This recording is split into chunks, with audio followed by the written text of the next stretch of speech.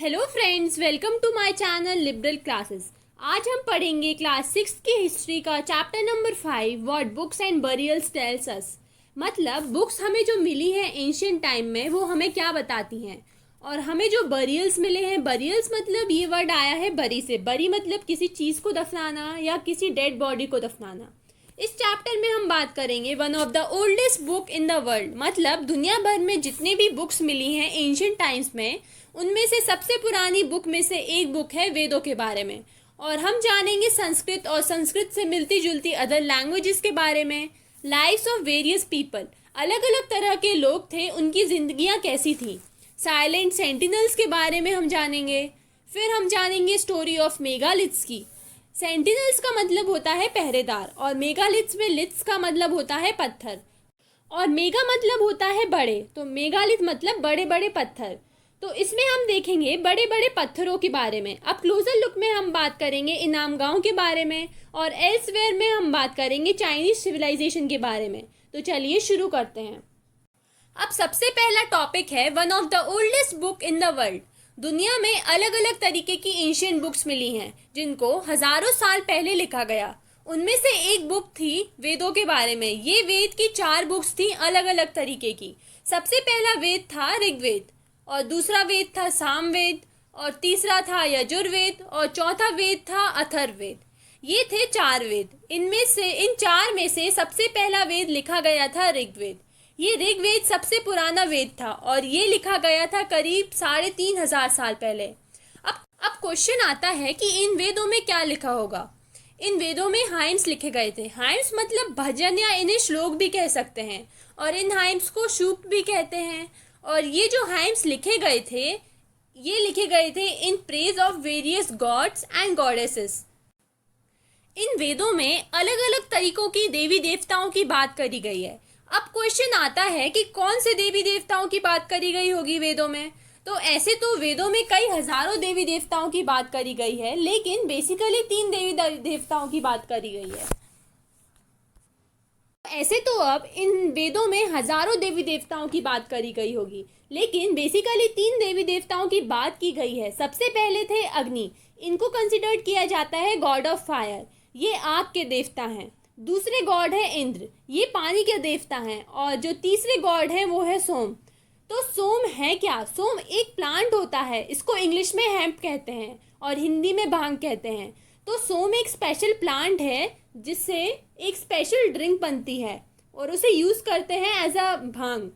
अब ये जो हाइम्स थे, जो भजन थे और जो सूक्त थे, ये लिखे गए थे सेजिस के द्वारा। सेजिस मीन्स साधु संत या ऋषिस। तो साधु संत या ऋषिस ने ये वेद लिखे थे। अब ऐसा नहीं था कि एक ऋषि मुनि ने ये वेद लिखे हों। ये वेद लिखे गए थे स्टोरीज के फॉर्म में, कुछ लिखे गए थे पोएम्स के फॉर्म में, और कुछ डायलॉग्स के फॉर्म में लिखे गए थे। तो अब ये सब वेद एक टाइम पे कोई एक ऋषि ने नहीं लिखे थे, ये बहुत सारे ऋषिस और सूक्त ने मिलकर लिखे थे। ये एक तरीके का राइटिंग्स का कलेक्शन था हाइम्स का, और इसी तरीके से इसी को वेद कहा गया है। अब ये जो साधु होते थे जिनने हाइम्स लिखे थे, ये ज़्यादातर मैन होते थे, बहुत कम वुमेन्स थी जो साधु बनती थी। और एक और इम्पॉर्टेंट चीज़ है कि जो ऋषिज होते थे वो हायर कास्ट से आते थे।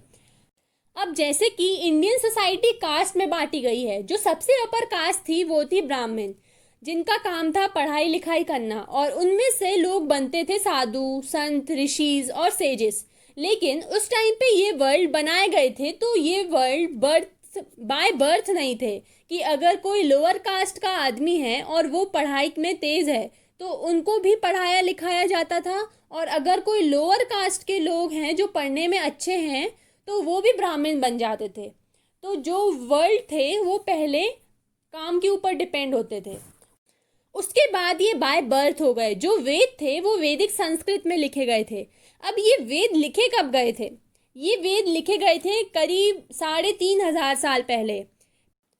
पहले के टाइम पे पेपर या पेन या कोई राइटिंग का तरीका नहीं होता था, तो वे जनरेशन टू जनरेशन जाते थे वर्ड ऑफ माउथ के थ्रू, यानी कि याद कर करके। जैसे अब किसी पर्सन ने वेद याद किए तो उनके अब जो अगले शिष्य होंगे वो उसे सारे वेद याद करवाएंगे अगले पर्सन को। अब नेक्स्ट जनरेशन में वो अपने शिष्यों को वेद याद करवाएगा। ऐसे ही बहुत जनरेशन में वेद वर्ड ऑफ माउथ के थ्रू हुए। सेवरल सेंचुरीज के बाद जब लिखना शुरू हो गया तो अब इन वेदों को लिखा गया बर्च पे या पाम ऑफ लीम्स पे। अब करीब 200 साल पहले इन वेदों को प्रिंट किया गया था प्रॉपर बुक्स में। अब हमारा नेक्स्ट टॉपिक है संस्कृत एंड अदर लैंग्वेजेस। तो अब लैंग्वेजेस की बात की जाए तो अलग अलग तरीके की लैंग्वेजेस होती हैं। अब वो लैंग्वेजेस जिनका स्ट्रक्चर और वर्ड फॉर्मेशन सेम होता है, उन लैंग्वेजेस को एक ही फैमिली ऑफ लैंग्वेज का बोला जाता है। तो संस्कृत लैंग्वेज जो हमारे देश में बोली गई हजारों साल पहले से, और इसी लैंग्वेज में हमारे वेद लिखे गए, ये Indo European family of languages का हिस्सा है। ये यूरोपियन लैंग्वेज और जो ये नॉर्थ इंडियन लैंग्वेज है, ये लैंग्वेजेस एक ही भाषा से निकली हैं। हमारे जो वेद लिखे गए हैं और हमारी जो इंडियन सिविलाइजेशन है जो बनाई गई और जिन लोगों ने बनाई, ये लोग खुद को आर्यंस बोलते थे और ये लोग आए थे एंटार्क्टिका से। एंटार्क्टिका हमारी अर्थ के सबसे नीचे वाले पार्ट में है, साउथ पोल के साइड। ये एंटार्क्टिका हमेशा से ही साउथ पोल में नहीं है। हमारी जो अर्थ है वो 4.6 बिलियन पुरानी अर्थ है। हमारी अर्थ पे एक फिनोमिनन होता है जिसे क्रस्ट डिस्प्लेसमेंट बोला जाता है। हमारी अर्थ का जो सबसे आउटर पार्ट है उसे क्रस्ट बोलते हैं और ये टाइम टू टाइम शिफ्ट होता है। तो जब ये शिफ्ट होती है तो जो पोल्स हैं वो चेंज होते रहते हैं। तो जो एंटार्क्टिका आज के टाइम पे साउथ पोल में है, और तो हजारों साल पहले जो एंटार्क्टिका था वो साउथ पोल पे नहीं था, वो साउथ पोल से थोड़ा ऊपर था और एंटार्क्टिका में लोग रहते थे, उन्हें कहा जाता था आर्यंस। टाइम टाइम पे हमारे अर्थ पे ऐसी चीज़ें आती थी। हमारे अर्थ के जो पोल थे वो शिफ्ट होते थे, सुपर वॉल्केनोज आ जाती थी, हमारे अर्थ का क्लाइमेट चेंज हो जाता था। फिर जब हमारे अर्थ के पोल्स चेंज हुए तो एंटार्क्टिका साउथ पोल में आ गई और वहाँ बर्फ जमने लगा। तो आर्यंस वहाँ से मूव करने लगे। कुछ आर्यंस इंडिया में आकर रहने लगे जिन्होंने इंडियन सिविलाइजेशन बनाई, और कुछ आर्यंस यूरोप में चले गए। तो इस तरीके से आर्यंस अलग अलग जगहों पे चले गए और इनकी जो लैंग्वेज थी वो अलग अलग जगहों पे अलग अलग तरीके से बढ़ने लग गई, अलग अलग तरीकों से चेंज होने लग गई। इसके बाद अलग अलग तरीके की लैंग्वेजेस बनी और अलग अलग होने के बाद भी उनमें कुछ सिमिलैरिटीज़ थी, मतलब वर्ड स्ट्रक्चर में कोई सिमिलैरिटीज़ थी और वर्ड फॉर्मेशन में कोई सिमिलैरिटीज़ थी। तो यही रीज़न है कि संस्कृत इंडो यूरोपियन फैमिली का पार्ट है। तो अब क्वेश्चन आता है, इंडिया की और कौन कौन से लैंग्वेजेस हैं जो इंडो यूरोपियन फैमिली का पार्ट हैं।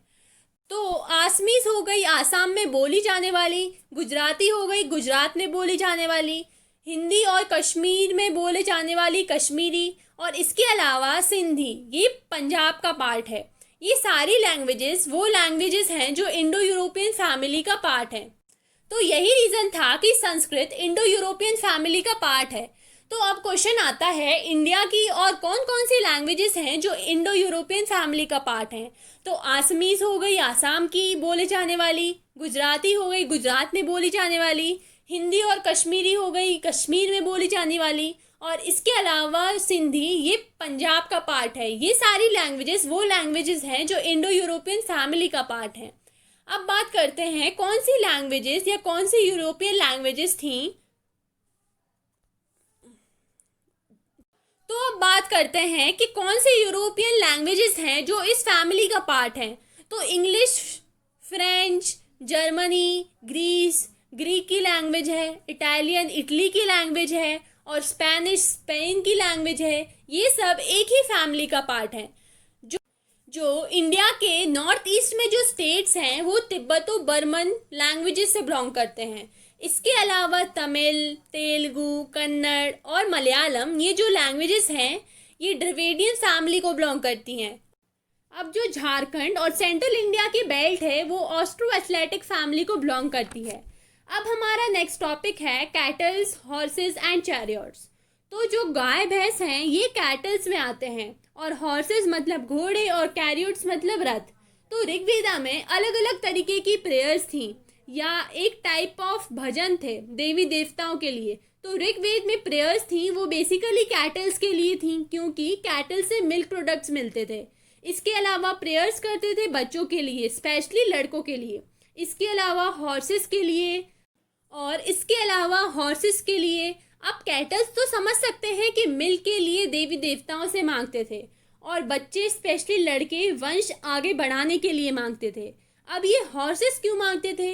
इन हॉर्सेस को बांधा जाता था रथों में, और रथ को यूज किया जाता था फिर बैटल्स में। अब ये वॉर्स क्यों होते थे? तो बेसिकली 4 रीजंस के कारण बैटल्स होते थे। पहला रीजन था कैटल्स। तो कैटल्स के कारण बैटल्स होते थे, क्योंकि जैसे हम अभी के टाइम पे किसी पर्सन को कैसे कंपेयर करते हैं कि वो अमीर है या गरीब है, तो जिसके पास जैसा पैसा होता है उस हिसाब से हम उसे कंपेयर कर देते हैं कि वो अमीर है या गरीब। लेकिन पहले के टाइम पे किसी पर्सन का अमीर गरीब का पता चलता था कि उसके पास कितने एनिमल्स हैं या कितने कैटल्स हैं। तो ये कैटल्स बहुत वैल्यूएबल चीज़ रहती थी। और दूसरा रीज़न था बैटल्स का, वो था लैंड। अब आपके पास जितना ज़्यादा लैंड होगा आप उतना ही ज़्यादा लैंड में फार्मिंग करवा सकते हो। जितनी ज़्यादा फार्मिंग होगी उतना ज़्यादा अनाज आपके पास होगा। इसके अलावा पानी के लिए लड़ाई होती थी। इसके अलावा चौथा रीज़न था टू कैप्चर पीपल। अब आपने लैंड तो ले लिया, अब उस लैंड पे काम कराने के लिए कहाँ से लोग लाओगे? तो लोगों को कैप्चर करने के लिए भी बैटल्स होते थे कि जिस स्टेट को आपने हरा दिया उस राज्य के जितने भी लोग हैं उन लोगों को स्लेव्स बना लिया जाता था और अलग अलग तरीकों से काम करवाया जाता था। जब एक स्टेट दूसरे स्टेट पे अटैक करता था और जीत लेता था तो जितनी भी वैल्यूएबल चीज़ें मिलती थी या वेल्थ मिलती थी तो उसका क्या किया जाता था? तो उस वेल्थ से थोड़ी थोड़ी वेल्थ लीडर्स के पास जाती थी, थोड़ी चीज़ें जाती थी प्रीस्ट के पास, प्रीस्ट मतलब ब्राह्मण, और थोड़ी जो बची हुई चीज़ें थी वो जाती थी बाकी के लोगों के पास। और जो चीज़ें जाती थी उन चीज़ों का यूज़ करते थे यज्ञ के लिए, यज्ञ करने के लिए, और यज्ञों में ऑफरिंग्स दी जाती थी। ऑफरिंग्स मतलब चढ़ाया जाता था, और ये चढ़ावे में घी चढ़ाया जाता था, ग्रेन्स चढ़ाए जाते थे, और इसके अलावा एनिमल्स भी चढ़ाए जाते थे। उस टाइम पे जो राजास होते थे या जो लीडर्स होते थे उनके पास रेगुलर आर्मीज नहीं होती थी कि अगर किसी लीडर के पास 10,000 सैनिक हैं तो वो हमेशा तैयार नहीं होते थे लड़ने के लिए। उस टाइम पे असेंबलीज होती थी, लोग मिलते थे, बात करते थे वॉर्स के ऊपर, और वहीं असेंबलीज में लोग लीडर्स चूज करते थे।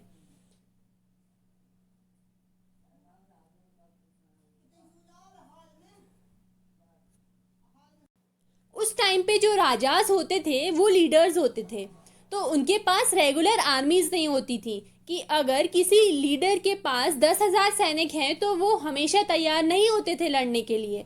उस टाइम पे असेंबलीज होती थी, लोग मिलते थे, वॉर्स के बारे में बातें करते थे, और वहीं असेंबलीज में अपने लीडर्स खुद चूज करते थे। अब नेक्स्ट टॉपिक है वर्ड्स टू डिस्क्राइब पीपल। लोगों को डिस्क्राइब करने के लिए कैसे कैसे वर्ड्स का यूज़ किया जाता था। तो जो समाज था वो 2 पार्ट्स में डिवाइडेड था। पहला था हायर रैंक और जो दूसरा था वो था लोअर रैंक। तो हायर रैंक में सबसे पहले थे प्रीस्ट। प्रीस्ट मतलब ब्राह्मण, और ब्राह्मणों का काम क्या था? ब्राह्मणों का काम था रिचुअल्स करना। और हायर रैंक में दूसरे थे राजास। और एंशियंट टाइम में राजाओं की कोई कैपिटल सिटी नहीं होती थी। जैसे बाद के राजाओं का उनका एक राज्य होता था, उनकी एक कैपिटल सिटी होती थी, उनकी स्टैंडिंग आर्मी होती थी। तो एंशियंट टाइम में कोई ऐसा कैपिटल सिटी नहीं होता था, और इसके अलावा उस टाइम पे कोई टैक्स भी नहीं लिया जाता था। Sons did not automatically succeed their fathers.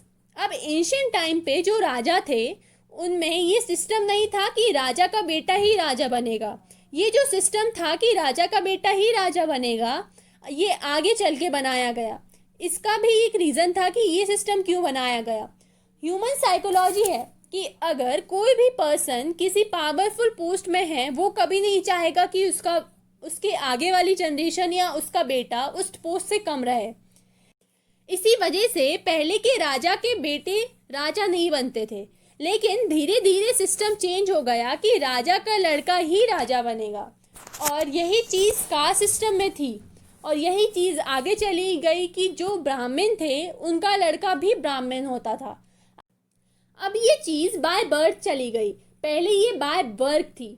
अब ये जो हमने बात करी थी अपर रैंक्स की, अब कॉमन पीपल की देखें तो उसको जन कहते हैं या विश कहते हैं। जैसे यदुर्वंशी, चंद्रवंशी, इस तरीके से लोगों को बुलाया जाता था। अब जो वेदों के हाइम्स को लिखते थे वो खुद को आर्यंस बोलते थे। यही लोग थे जिनने सोसाइटी बनाई और सोसाइटी को कंट्रोल किया। तो अब जो लोअर स्ट्रैटा ऑफ सोसाइटी था इनको दास कहा जाता था। दास मतलब नौकर या कोई वुमेन है तो उसे दासी कहा जाता था। अब दो स्टेट्स का वॉर होता था और अगर कोई हार जाता था तो दूसरा स्टेट उस राज्य को जीत लेता था। तो कुछ लोग लोअर स्ट्रैटा में होते थे तो ये लोग उन लोअर स्ट्रैटा के लोगों को स्लेव्स बना लेते थे। अब ये जो लोग उनको स्लेव्स बना लेते थे, ये स्लेव्स प्रॉपर्टी हो जाती थी अपने ओनर्स की। अब जो ओनर्स होते थे इन स्लेव्स के वो कुछ भी कर सकते थे इन स्लेव्स के साथ, वो कुछ भी काम करवा सकते थे इन स्लेव्स से। ये जो स्लेव्स थे उन्हें सेक्रीफाइसेस और वर्शिप्स करने का कोई हक नहीं था। ये जो स्लेव्स थे ये अलग अलग तरीके की लैंग्वेजेस बोलते थे। अब ये जो हमारी पूरी सोसाइटी थी, जो ब्राह्मण थे ये वैदिक संस्कृत में बात करते थे। क्षत्रिय लोगों की कम्युनिटी अलग होती थी और लोअर स्ट्रैटा की कम्युनिटी अलग होती थी। अब नेक्स्ट टॉपिक है silent sentinels, story of megaliths. तो सेंटिनल्स का मतलब क्या होता है? सेंटिनल्स का मतलब है पहरेदार। तो साइलेंट सेंटिनल्स का मतलब क्या है? साइलेंट सेंटिनल्स का मतलब है खामोश पहरेदार। स्टोरी ऑफ मेगालिथ्स, तो ये लिथ का मतलब होता है पत्थर और मेगा मतलब होता है बड़ा। तो मेगालिथ मतलब बड़ा पत्थर। अब हजारों साल पहले अगर किसी की डेथ हो जाती थी तो उसे दफना दिया जाता था। तो जहां उन्हें दफनाया जाता था उसे वहां गाड़ दिया जाता था। अब ये दिखाने के लिए कि वहां बॉडी को दफनाया गया है तो उस जगह पे बड़े बड़े पत्थर लगाए जाते थे। तो ये वही बता रहे हैं साइलेंट सेंटिनल्स के बारे में, मतलब खामोश पहरेदार के बारे में। इन्हीं बड़े बड़े पत्थरों को कहा गया है कि जो इन बरियल साइट्स को मार्क किया करते हैं। ऐसे जो मेगालिथ्स बड़े पत्थर पाए गए वो डेक्कन में है, साउथ इंडिया में है और कश्मीर में है। ऐसी तमाम जगहों पे ऐसे बड़े बड़े पत्थर पाए गए और ऐसी बरियल साइट्स पाई गई। ये साइट्स करीब थी 3000 साल पहले तक की। कुछ बरियल साइट्स जो अंडरग्राउंड मिले, मतलब ज़मीन के नीचे मिले, और कुछ सरफेस पे मिले। अब जिस जगह पे लोगों को दफनाया गया, जगह को दिखाने के लिए फिर बहुत बड़ा सा पत्थर वहां गाड़ दिया जाता था। अब इसके अलावा सर्कल ऑफ बोल्डर्स मिले। बोल्डर्स मतलब बड़ी बड़ी चट्टानें। उन चट्टानों से एक सर्कल बना दिया जाता था। तो इस तरीके को से इंडिकेट किया जाता था कि वहां पे बरियल साइट्स हैं। तो अब जिन लोगों को दफनाया जाता था तो उनको सब चीज़ों के साथ दफनाया जाता था, जैसे डेकोरेटिव पॉट्स, सजावटी पॉट्स, अलग अलग तरीके के टूल्स, वेपन्स मिले हैं, स्केलेटन ऑफ हॉर्सेस मिले हैं और इसके अलावा ऑर्नामेंट्स मिले हैं गोल्ड और सिल्वर के। तो लोगों को ऐसी बरियल साइट्स मिली हैं जहां स्केलेटन के अलावा ये सब चीज़ें भी मिली हैं। अब इसके अलावा रीज़न क्या था डेड बॉडीज़ के साथ ये सब चीज़ें दफनाई जाती थी? तो इसका ये रीज़न था कि बहुत सारे लोग आफ्टर लाइफ में मानते थे कि मरने के बाद भी एक अलग दुनिया है, उस दुनिया में आपको जाना है। तो यही रीज़न था कि डेड बॉडी के साथ ये सब चीज़ें दफनाई जाती थी। अब नेक्स्ट टॉपिक है फाइंडिंग अबाउट सोशल डिफरेंस, मतलब जो समाज में डिफरेंस था लोगों के बीच। डिफरेंस मतलब डिफरेंस को कह सकते हैं या अमीर या गरीब का पता लगाना। तो हमने ये कैसे देखा? कुछ ऐसे बरियल साइट्स मिले जहाँ लोगों की बॉडी के साथ बहुत सारे वैल्यूएबल आइटम्स भी दफनाए गए थे, जबकि कई ऐसे साइट्स भी मिले जहां लोगों को दफनाया गया था आम सी चीज़ों के साथ। अब किसी बरियल साइट में वैल्यूएबल चीज़ दफनाई गई और किसी की ऑर्डिनरी चीज़ है, तो उससे ये देखने को मिला कि लोगों के बीच बहुत डिफरेंस था, अमीर और गरीब का। और इससे हमें लोगों के स्टेटस के बारे में पता चला। अब कोई पर्सन की डेथ होती है तो उसे दफनाया जाता है और उसके आसपास बरियल साइट्स बनाई जाती हैं, इंडिकेशन के लिए पत्थर लगाए जाते हैं। कई ऐसे बरियल साइट्स मिले लोगों को, आर्कियोलॉजिस्ट को, जहां उन्होंने देखा कि वहां पे बहुत सारे स्केलेटन्स मिले हैं। तो इसका क्या मतलब है कि एक ही बरियल साइट में कई लोगों को दफनाया गया है। ये ऐसा इसलिए हो सकता है कि शायद वो एक ही फैमिली को बिलोंग करते हों, या तभी सबको एक साथ एक ही जगह पर दफनाया गया हो। अब बात करते हैं स्पेशल बरियल साइट एट इनाम गांव। तो अब ये इनाम गांव क्या है? ये एक जगह है रिवर घोट के पास। ये रिवर एक ट्रिब्यूटरी है भीम रिवर की। इस रिवर के पास एक जगह है इनाम गांव। आज से करीब 3600 साल पहले से लेकर 2700 साल पहले तक यहाँ पे लोग रहते आए हैं। यहाँ पे कई तरह की बरियल साइट्स लोगों को मिली हैं जहाँ पे एडल्ट्स को दफनाया गया था ग्राउंड में। और जितने भी बरियल साइट्स में लोगों को दफनाए गए थे उनका हेड नॉर्थ की तरफ था। यहाँ एक इतना बड़ा बरियल साइट मिला कि एक आदमी को दफनाया गया था 4 लेग क्ले जार में, मतलब 4 पैर के एक बहुत बड़े क्ले जार में, और इसे दफनाया गया था 5 रूम्ड हाउस में।